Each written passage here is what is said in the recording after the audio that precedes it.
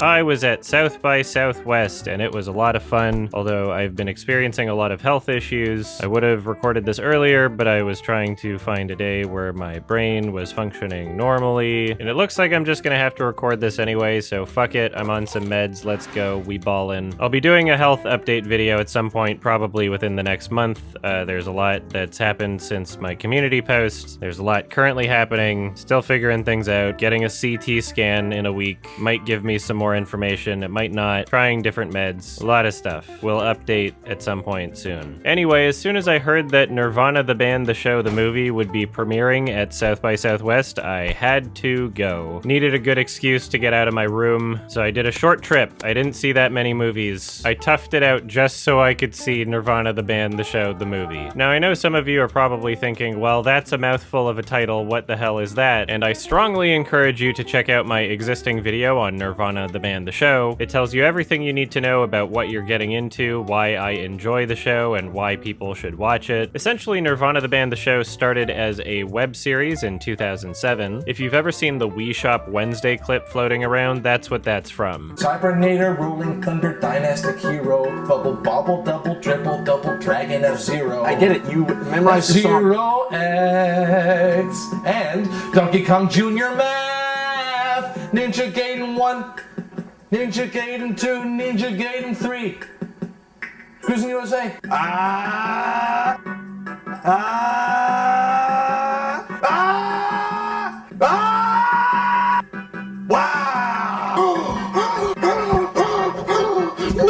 I guess the clip is also known as Update Day. So yeah, that's from the original web series, which I haven't fully gone through yet. Maybe I probably should. Matt Johnson then went on to direct The Dirties and Operation Avalanche, two films I very much enjoyed and talked about on this channel. And somehow Viceland wound up greenlighting 3 seasons of Nirvana the band, the show, so they were able to reinvent the web series in a television show format. And this show is so fucking funny. There are some episodes that I've probably seen 20 times. Basically, the premise is that 2 idiots are in a band, and their band's called Nirvana the band, and they don't even know that the real Nirvana was ever a band. That's how detached from reality they are. And they really want to get a show at the Rivoli, which is a venue in Toronto. So every episode they devise a new scheme to try and get booked at the Rivoli. Each of these schemes are comedically outlandish and outrageous, and throughout the show these characters interact with real-life people, and in the process we get some really funny reactions. It's almost in the same vein as Borat and Bruno and Nathan For You, but the interactions with real people aren't really the point of the show, although it genuinely does add to the overall hilarity. Even without the real-life reactions, the existing writing and character dynamics are very funny and very entertaining. It is an absolutely hilarious show, and I strongly recommend that everybody watch it. Now, between season 2 and 3, Viceland shut down, so there's a missing 3rd season that apparently they've filmed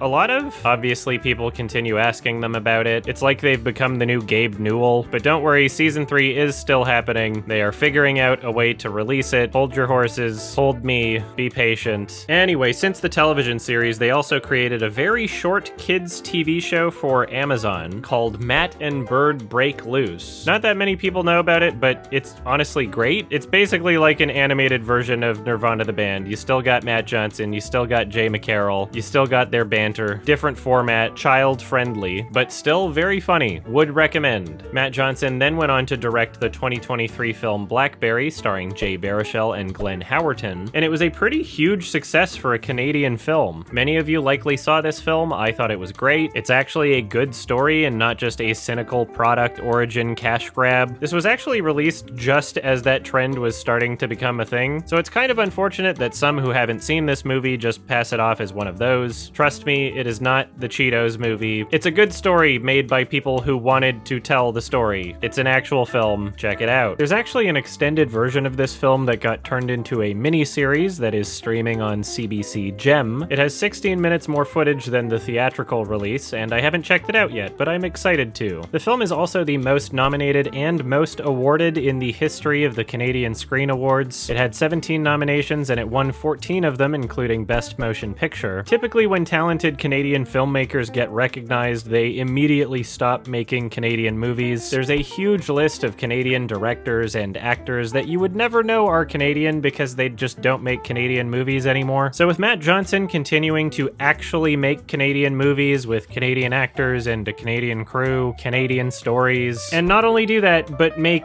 good movies that people actually watch. Sure, they're not gigantic blockbusters. Sure, it's not the Minecraft movie, but people saw Blackberry, including Americans, which is a pretty big deal for a Canadian movie. Generally, they're not that great. I'm sorry. We're all sorry about it. Anyway, after the success of Blackberry, Telefilm Canada basically just told Matt Johnson, you can make whatever movie you want. So they decided to make Nirvana, the band, the show, the movie, and I am so glad that they did. Because this is a film that by all logic shouldn't exist. A movie based on a television show based on a web series where the entire property, despite being great, is still pretty niche. And not only is it a professional production, but it's still holding very true to its roots. They're still using real people in real life for the fictional characters to interact with. They're still using real locations without permission, often committing crimes just to get the shot. And it also ties itself into the chronology of the existing television series and web series, but thankfully in a way where you still don't need to have seen those to watch and enjoy this film. Basically, everybody that I interacted with at South by Southwest would be asking about movies. What did you see? What are you interested in seeing? You gotta kill time in the lineup somehow. And I told everybody I talked to, I'm here to see Nirvana, the band, the show, the movie. Go see it. You won't regret it. It's gonna be good. I'm excited. I'm hyped. I literally flew to Texas just to see this movie. And at the actual screening, there were quite a few people that had no idea what they were getting into. They hadn't seen the show. They hadn't even heard of the show. They're just there to see a movie. They have no idea what's gonna happen. But from what I could tell during the screening, the entire crowd was having an absolute blast watching this film. I honestly wish that the venue set up the audio to be louder because the entire crowd was laughing very loudly throughout the film. Even after the show, I overheard someone saying they had no idea what it was, but it was the funniest thing they'd ever seen in their life. And honestly, it was absolutely hilarious and outrageous. Now, I don't really consider this aspect to be too much of a spoiler because it's in the plot synopsis and they're going to have to acknowledge it in some way when they make a trailer eventually. But if you don't want to know anything about the plot of this movie, then just skip forward to this point in the video. There's your warning. 3, 2, 1. So basically, in this film, Matt and Jay accidentally travel back in time to the year 2008, which is a very ambitious concept, especially given the general filming style of the series. But they really do go above and beyond, and they actually pull it off despite the various interesting practical challenges that come from fulfilling this concept. There are also a lot of really clever visual effects in this film that you might not even know are there, and much of it is done both creatively and sensibly. I'm sure that the usage of the older camera in the 2008 section helped to mask and blend the effects. The visual effects artist Tristan Zarafa has been working with Matt Johnson on pretty much everything he's made. There's a really interesting featurette you can watch on YouTube right now called Reanimating Kubrick in Operation Avalanche, and that should give you a pretty good idea of just how talented and creative this crew is. I'd honestly really love to see more special effects breakdowns like that. Would love to see a good featurette for everything in this film, so make sure you watch it in theaters, and it might get a Blu-ray that they can put that kind of stuff on. Now, without going into detail, there's a lot about this movie that does not make sense, but this is a film that is not only aware of that, but it adds to the film's humor and silliness. There's a clear sense of irony throughout the film. It knows exactly what it is, and it's super fun. It not only knows it's stupid, but it's funnier because it's stupid. This is not a movie that thinks you're dumb, it's a movie that knows it's dumb, while simultaneously never using that as an excuse not to show any effort. There's so much about this film that is intelligent and clever, the jokes are genuinely funny, and despite the concept almost mirroring trends that you'd see in many soulless, cynical, cash grab Hollywood blockbusters, this is not a film that just goes, oh, remember this, as if it's a substitute for actual writing. The film is definitely not about that, and it's more so just an excuse to make something fun and silly, but also high effort and ambitious. And again, it really delivers on its concept. I should also mention there's really great editing throughout with some fun subtleties. The original score by Jay McCarroll was also really great. It had a very full-sounding composition. It sounded orchestral and nostalgic without being obnoxious. It's one of the many aspects that really helps this stand out as a film, and helps to elevate it from just being a longer episode of the TV show. Alright, there's another kind of spoilery thing that I want to talk about, so if you don't want to hear spoilers, then skip to this part in the video. Here's your warning. 3, 2, 1. So,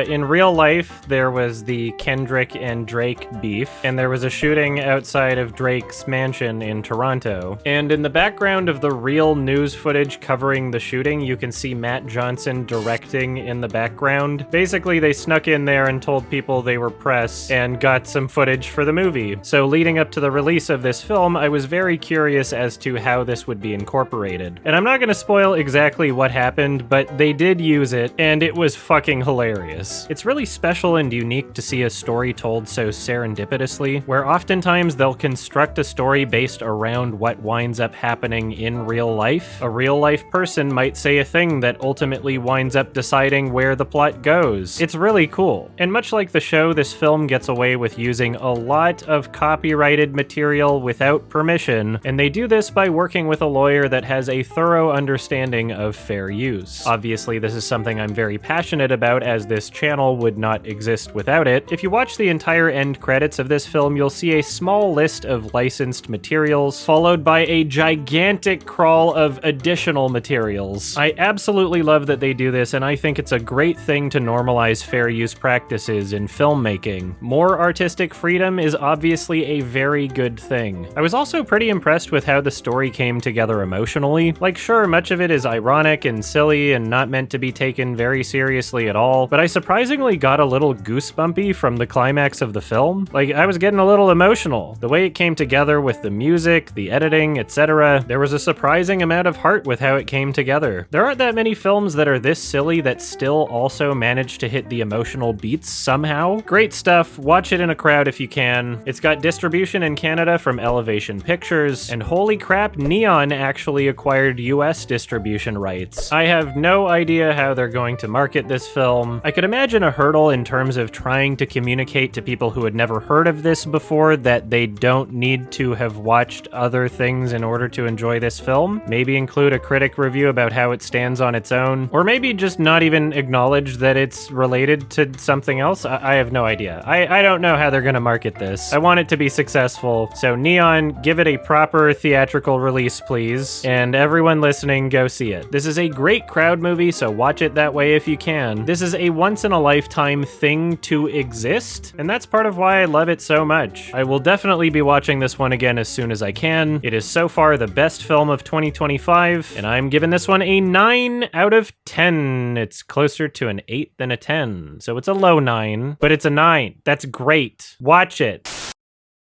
Another film I saw was Friendship, written and directed by Andrew DeYoung. The film stars Tim Robinson and Paul Rudd, and many people have described this as an extended I Think You Should Leave with Tim Robinson sketch. I Think You Should Leave with Tim Robinson is a Netflix show. It currently has 3 seasons, and it's absolutely hilarious. I love it. Very quotable. If you haven't seen it, then you probably recognize it from a few memes. 55 burgers, 55 fries, 55 tacos, 55 pies, 55 cokes, 100 tater tots, 100 pizzas, 100 tenders, 100 meatballs, 100 coffees. What happened here? Yeah, we're all trying to find the guy who did this. Now, Tim Robinson is the star of the film, and we do see his expressive and exaggeratedly animated performance throughout the film. His character is also very similar to one you would find in an I Think You Should Leave sketch. There's a level of funny, sad cringe to his character. He's a guy that is not the most socially competent. He might be a little neurospicy, very inconsiderate, very selfish. Comedically, this film works very well, and I had quite a few genuine laughs. There are also some comedic details in the writing that make for some pretty good commentary. The 16-year-old son character mentioning that having 2 girlfriends is killing him financially. Tim Robinson's character buying the most expensive drum kit as he's just starting the hobby without any experience. Fun things like that where they're poking fun at real life in a way. But there's a couple things about this movie that really hold it back in comparison to the show, and it's really difficult not to compare it to the show. One of the things I absolutely love about I Think You Should Leave with Tim Robinson is how the editing and music play into the humor. There's an ironic and exaggerated nature to the style and presentation of those sketches, not just Tim Robinson's performance. Whereas with this film, it's just mostly the performance. And don't get me wrong, his performance is hilarious, but I much rather would have had a film where there are even more elements working together to add to the experience. In terms of lighting, framing, editing, cinematography, and music, this doesn't really stand out from any other comedy film that Paul Rudd would be in. The filmmaking, for the most part, is pretty standard and honestly gets stale really quick. Sure, there are some exceptions, and I absolutely loved the Toad scene, but I really wish this film had more style, finesse, or even variety in terms of visual direction. There's not a whole lot of wide shots, and the way things are filmed, it really honestly does feel like a really long television show episode from just a random sketch comedy series. I love seeing filmmaking that feels motivated, and that's what I really felt starved from here. Most of how this movie was shot feels standardized to the point of it feeling incidental. Another thing that I feel compelled to mention, possibly because of my own neurospicy tendencies, it's a spoiler, so just skip to this point in the video. It's not really a spoiler. I don't consider it to be a spoiler because it kind of spoiled itself, but you know, if you don't want to hear about it, skip to this point. Near the beginning of the film, they mention that Tim Robinson's character helped install a speed bump in the neighborhood, and in that moment it just seemed like a funny thing to mention about his character, the fact that he would want to brag about that to his new neighbor, and if they had just left it at that, then perhaps it wouldn't be so obvious of a setup, but then they show it really clearly as he's walking down the street with the second package. So in my mind, I'm thinking, okay, yeah, the speed bump is definitely coming back for sure. You've set something up. You've made it clear that you've set it up. Something silly is going to happen with the speed bump. He's probably going to drive angry, you know. And then when it winds up actually happening, they show it again for no reason a few shots before he actually runs over it. Like, even for people who wouldn't recognize that the setup is there, it was kind of ruined. Why set up a gag and then waste it? I don't get it. And since we're in spoiler talk, I'll mention this as well. There's a gun in the movie.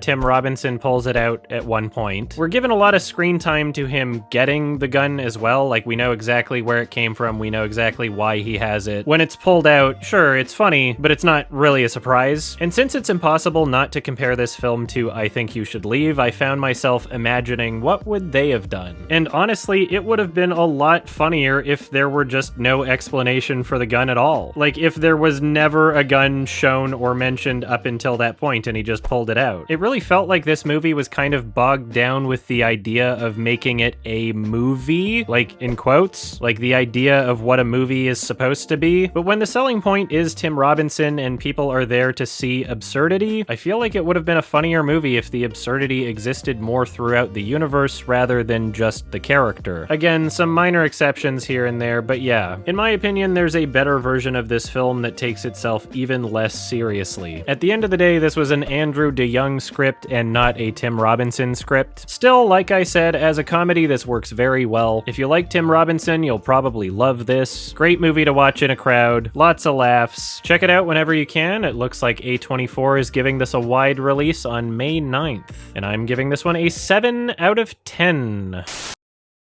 I also saw Together, directed by Michael Shanks. This is a body horror film, and it is his first feature. It stars Alison Brie and Dave Franco, and it was alright. It was fine. There are things I liked about it, but the overall experience could definitely use some work. For much of the film, the experience unfortunately feels fairly derivative, like especially within the actual filmmaking. It's not a bad concept, and with a different vision, it could work out really well. But what was really frustrating about how this film was put together is that the overall presentation felt like it had no voice. Not just the way things are shot, but especially the editing and pacing. None of it feels deliberate, it just feels like it was pumped out of a machine. The pacing of conversations feels super awkward and inconsistent. There are scenes with a distracting frequency of cuts for no reason. There are so many scenes in this film where as I watch them, they feel so unrealized. And what makes it frustrating is that it's almost something. It's almost well shot. It's almost well acted. But there's something about the presentation that just winds up making everything feel so phony. The editing is genuinely atrocious. That's the worst part about the film. I'm looking through my notes. There's a whole bunch of me complaining about the editing. There would be a shot that goes on for almost long enough to breathe, and then it cuts before I'm able to. And it just keeps happening. And it just keeps happening. Like, damn, that was almost a good shot. The pacing is just whack. The story is also very clumsily delivered. Not only does the dialogue feel awkward and phony, but they do a pretty bad job at communicating the experience of these characters. There's a scene in the movie where the two main characters fall down a hole and they're trapped in there for a while, but at no point does it ever feel like they're trapped down there for a while. Like, it's just suggested. The characters don't behave in any kind of way that would make you feel as though they've been trapped down this hole for a while. Again, it's suggested and insisted, but there's nothing outside of that. And it's not nearly funny or satirical enough to feel clever or intentional. It just feels clumsy. I just want to feel something. I just want you to show me something. Now, that being said, the film does eventually wind up finding its footing. After all, it is a body horror film, and in the second half of the film, there is body horror. There are some great effects. There are some fun scenes. Even the editing felt less distracting. The second half of this film also feels like it does a much better job at realizing its tone. It feels much more comedic and intentional. Still, despite the second half being better than the first, the overall experience was really lacking. I like where it wound up. I loved the ending, but these moments of competence and satisfaction do not outweigh just how annoying and dragged out the first half of this film was. The plot reveals were obnoxious. All of the jump scares were bad, and there were about 10 of them. You gotta suffer through a lot of bullshit for some good moments in this film. There's some good stuff in here at some points, and it's not a bad film for a first feature. So check this one out if you want.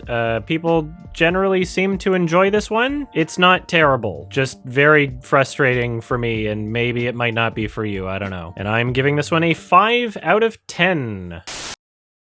I also saw Mermaid, written and directed by Tyler Cornack. Now, the reason this film was on my radar is because it's the new film from the director of Butt Boy. Butt Boy is crazy, it's insane, it's ridiculous. I'm not exactly sure how to describe it. It's one of the most outrageous films you could ever see. It is rough around the edges. There's a lot about it that could use some work, but boy, does it ever deliver. The whole film is currently on YouTube, so check it out, honestly. It's nuts, or should I say, it's butts. Now, going into this film, I was hoping to see some general filmmaking improvements since Butt Boy, and there's a lot about this that does feel more professional. There's noticeable improvement to be found in the cinematography and lighting. It's a lot more visually clean, and it feels much closer to resembling a professional production. The performances are also generally better in this film. Tyler Rice was hilarious in this movie, and it was pretty impressive seeing him play such a different character than the one he played in Butt Boy. The film's score, composed by director Tyler Cornack, was overall very good and enjoyable. There was a healthy variety of tones and instruments, although there's several scenes where the music, despite having such a great energy in the composition, is just too low in the mix. Scenes like the opening title sequence where the music is taking center stage, but I was desperately wanting it to pop more and to really just feel the impact of it. There were scenes where the music needed to be loud, and unfortunately it wasn't. Now, the concept for this film is pretty great. Essentially, it's a gender-swapped The Shape of Water, except the fish girl is also like a killer mermaid. She like it's like a murderer mermaid, like a murderer maid.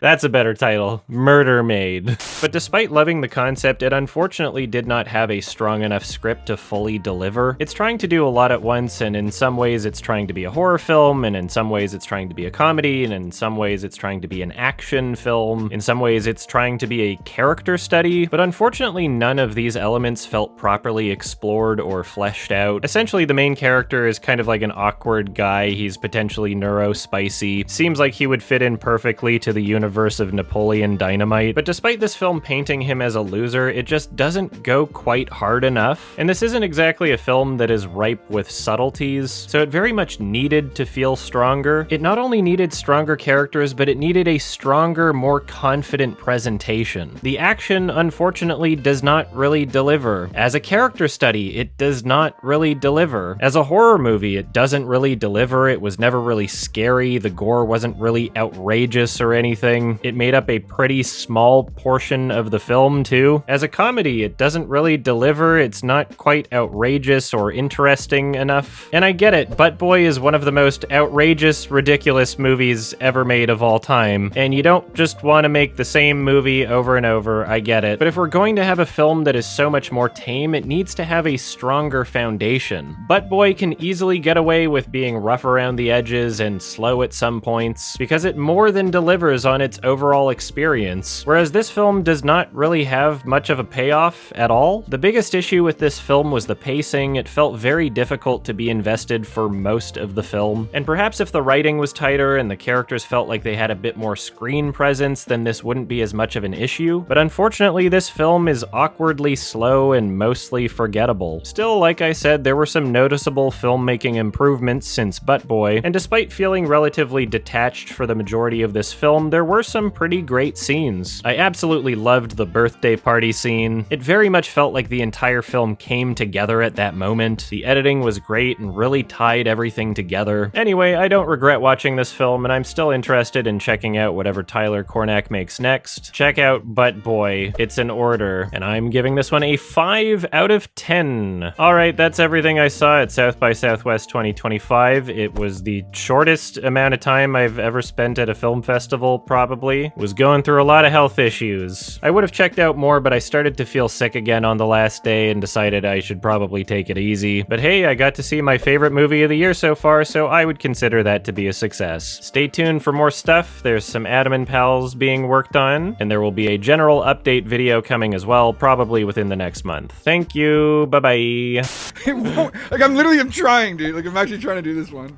I could do it. Okay, here. Take my controller. These games are for children. How did you do that? You have both thumbsticks, right? How did you use both at the same time, though? This guy's being a jerk.